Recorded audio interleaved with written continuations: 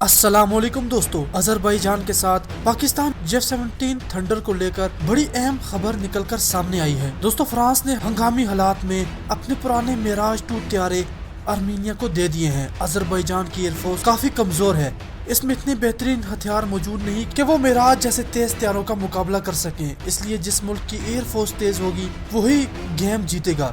اب تک آذربائیجان کے ڈرون نے کافی تباہی مچائی ہے، اس لیے فرانس کے میراج سے مقابلہ کرنے کے لیے آذربائیجان کی ایئر فورس کو ہنگامی حالات میں J-17 تھنڈر چاہیے۔ دوستو، کہا جا رہا ہے کہ ایک وفد آذربائیجان سے آج رات اسلام آباد آنے والا ہے تاکہ اس ڈیل کو مکمل کیا جا سکے، جس میں آذربائیجان کی فضائیہ کے چیف بھی شامل ہیں۔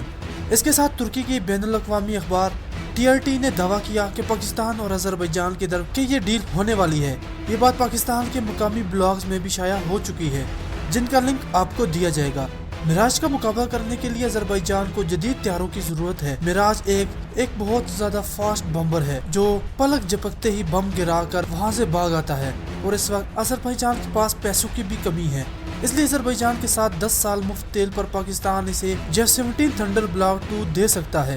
اس معاہدے کو حتمی شکل دینے کے لیے آذربائیجان کا وقت پاکستان آنے والا ہے۔ پاکستان آذربائیجان کو 36 طیارے دے سکتا ہے۔ اگر یہ طیارے آذربائیجان کو مل گئے تو پھر یہ تباہی مچا دیں گے۔ اسی کے ساتھ آذربائیجان پاکستان کو قطر سے 2% سستی گیس کی فراہمی بھی کرنے والا ہے۔ دوستو، ویڈیو پسند آنے کی صورت میں شیئر کریں، لائک کریں اور چینل کو سبسکرائب ضرور کیجیے گا۔ ہمیں اجازت دیں، خدا حافظ۔